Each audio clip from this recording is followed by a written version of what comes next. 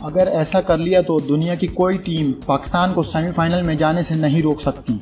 ICC cricket world cup में England के हाथों न्यूजीलैंड की शिकस्त के बाद पाकिस्तान का सेमीफाइनल में पहुंचना तकरीबन नामुमकिन हो गया है, क्योंकि अगर उसे सेमीफाइनल में जाना है तो बांग्लादेश को बड़े मार्जिन से शिकस्त देना होगी।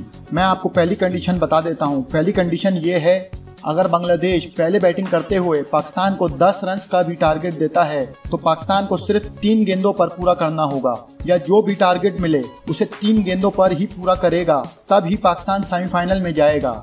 इस हिसाब से अगर बांग्लादेश की पहले बैटिंग आई तो पाकिस्तान उसी वक्त टूर्नामेंट से बाहर हो जाएगा। ये तो हो गई नामुमकिन बात। अब बचा मुमकिन काम, जो हो सकता है। अगर ऐसा कर लिया तो दुनिया की कोई टीम पाकिस्तान को सेमीफाइनल में जाने से नहीं रोक सकती।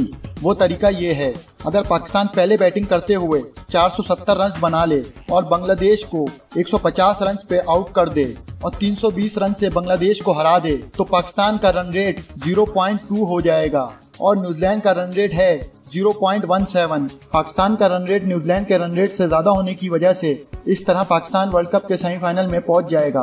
अब दुआ ये करें पाकिस्तान टॉस जीत जाए और ये सब मुमकिन हो जाए।